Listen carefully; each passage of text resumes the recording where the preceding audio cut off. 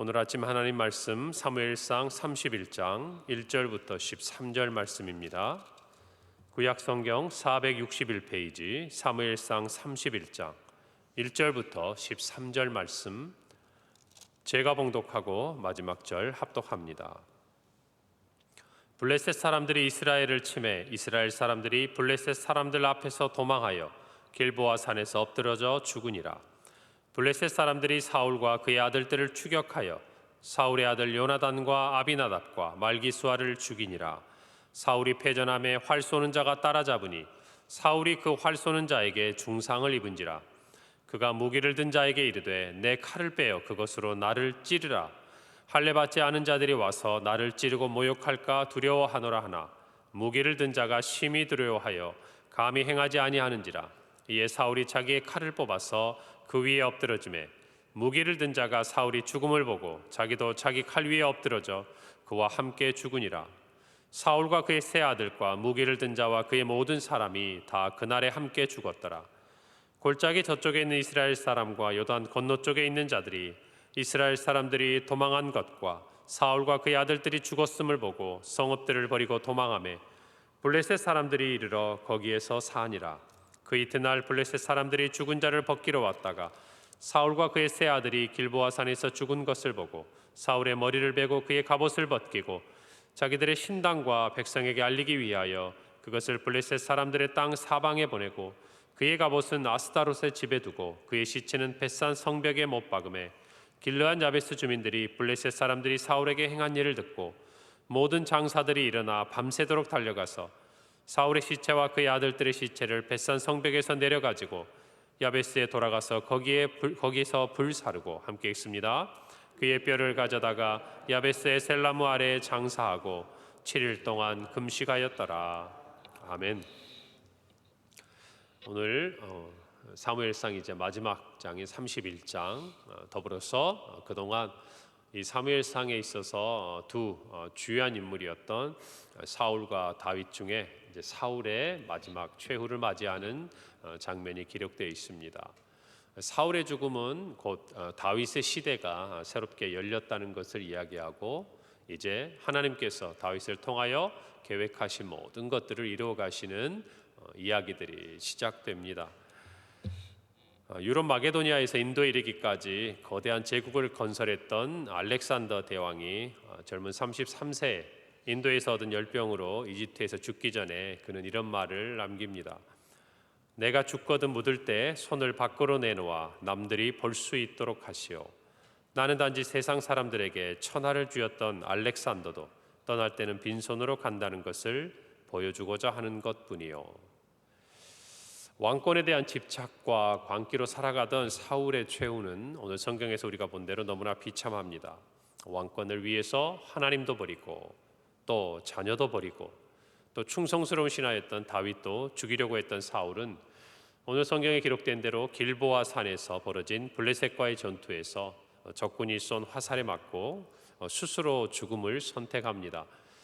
여러분, 오늘 본문을 보면서 우리는 한 사람 사울의 죽음 앞에서 많은 것들을 생각하게 됩니다.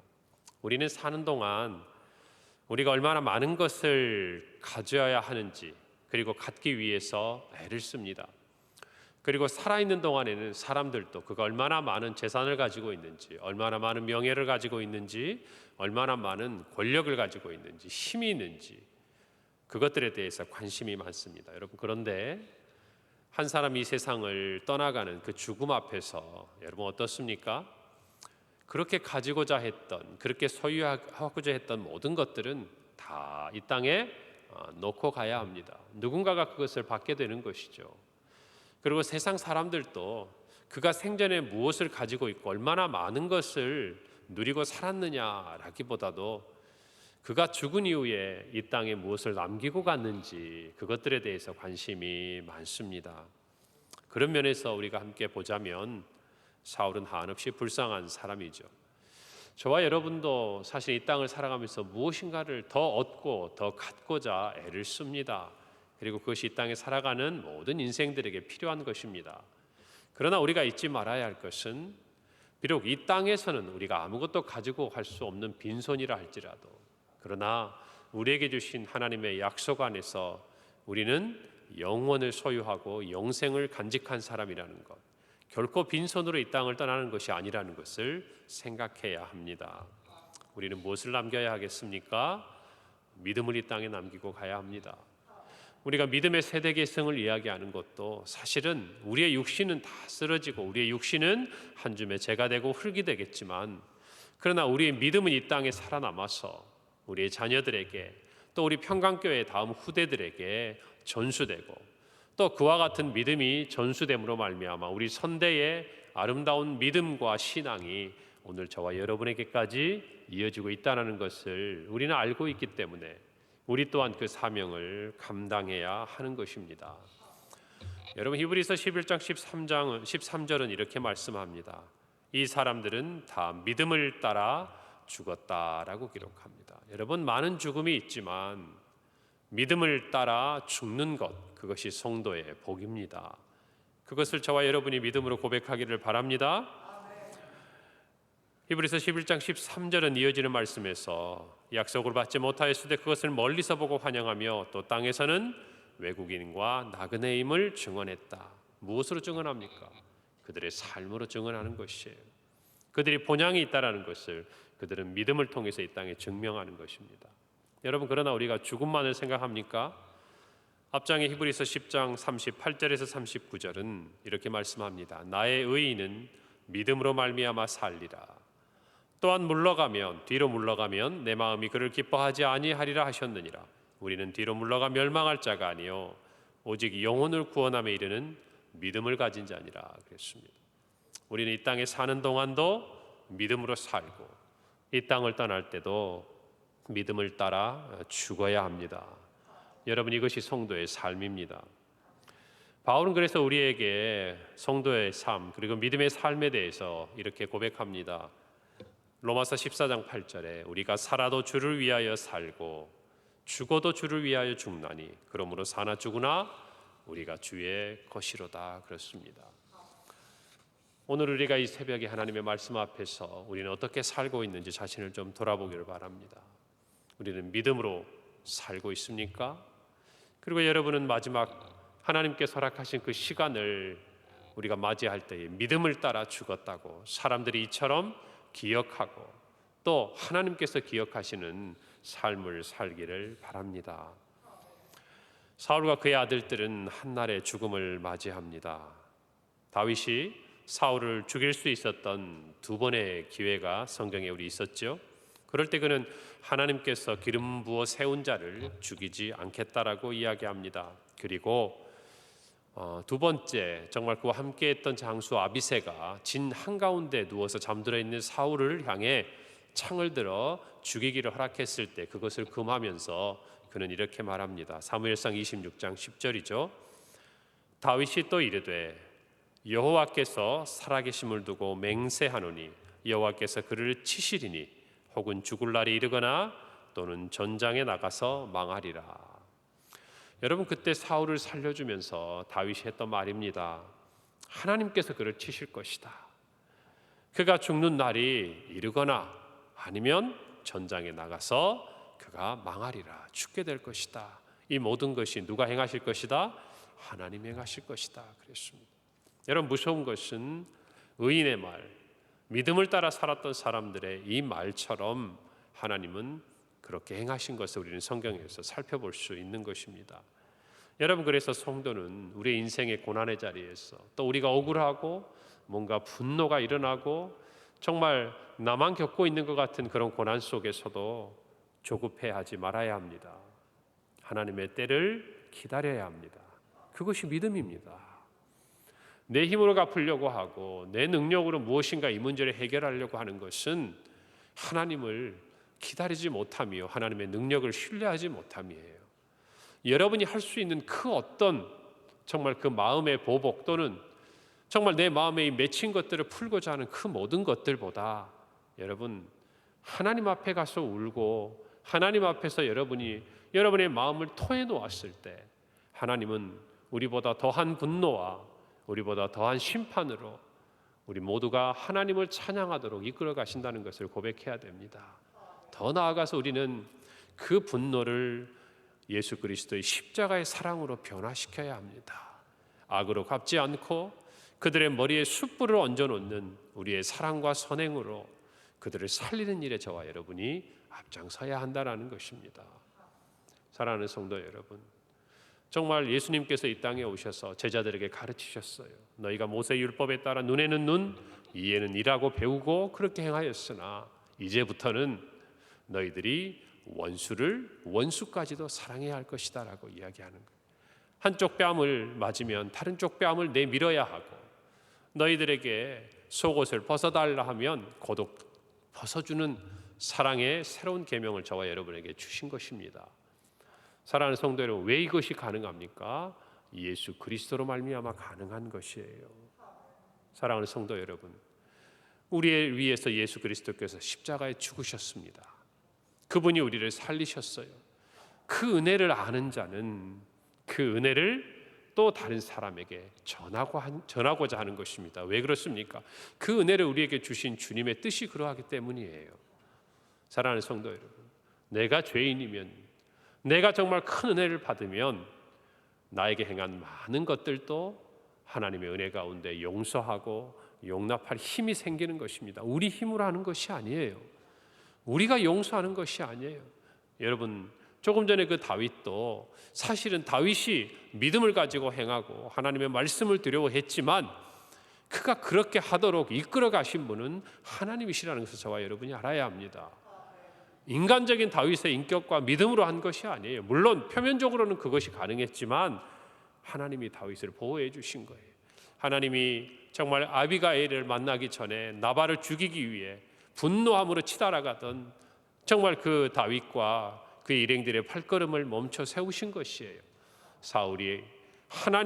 다윗이 하나님이 정말 그에게 사울을 심판하시기 전에 그 수술을 할 수 있는 그 순간에도 하나님은 다윗을 보호하시고 인도해 주신 것입니다. 저와 여러분도 마찬가지, 우리 힘으로 하는 것이 아닙니다. 우리는 하나님의 은혜를 잊지 말아야 돼요. 특별히 이번 주 종료주일을 맞이해서, 그리고 고난주간 특별 새벽 기도회를 우리가 한 주간 하나님 앞에 나아갈 때에 여러분, 우리는 무엇보다 예수 그리스도의 십자가의 그 은혜를 마음에 새겨야 합니다. 어쩌면 우리 삶의 분주함으로, 어쩌면 우리에게 맡겨진 여러 사역들로, 그냥 어쩌면 당연하게 숨쉬는 것처럼 우리에게 하나님이 주신 것으로 여기고 있었다면, 적어도 돌아오는 이 한 주간은 주님께서 우리를 위해 십자가를 지시기 위해 어떤 고난을 당하시고 어떤 사랑을 베푸셨는지를 깊이 묵상하는 한 주간이 되어야 합니다. 십자가 앞에서 우리는 변화할 수밖에 없습니다. 십자가 앞에서 저와 여러분의 인생은 새로워질 수밖에 없고, 십자가 앞에서 저와 여러분은 정말 지금까지 우리가 나아가고 우리가 걸어갔던 인생의 모든 방향이 뒤바뀌고 이제는 우리가 사나 죽으나 주의 것이라고 고백할 수 있는 놀라운 믿음의 고백이 있다는 것을 여러분 기억하셔야 합니다. 십자가의 은혜가 회복되면 우리 모든 것이 회복됩니다. 십자가의 은혜가 회복되면 우리의 모든 연약함이 치유되고, 십자가의 은혜가 회복되면 이 땅의 모든 염려와 슬픔과 아픔이 사라지고 주님이 주시는 소망 안에 우리가 머물게 되는 줄 믿으시기 바랍니다. 그 십자가의 은혜를 가슴 깊이 기억하는 고난주간 기도의 시간이 되기를 간절히 바랍니다. 오늘 4절에 보면 사울은 스스로 죽음을 택합니다. 그가 무기를 든 자에게 이르되 내 칼을 빼어 그것으로 나를 찌르라. 할례 받지 않는 자들이 와서 나를 찌르고 모욕할까 두려워하노라 하나 무기를 든 자가 심히 두려워하여 감히 행하지 아니하는지라. 이에 사울이 자기의 칼을 뽑아서 그 위에 엎드려졌다라고 기록합니다. 그렇게 살고 싶어 했고 그렇게 왕권을 유지하고 싶어 했던 사울이 스스로 자기의 목숨을 끊는 것을 오늘 성경은 우리에게 가르쳐 줍니다. 수많은 경고, 수많은 실패를 통해서 정말 그때 순간순간은 깨달았지만 다시금 그 자리로 돌아가 버렸던 사울을 생각해 보세요. 어쩌면 하나님은 마지막 예수님께서 가룟 유다에게 마지막 기회를 주신 거 아닙니까?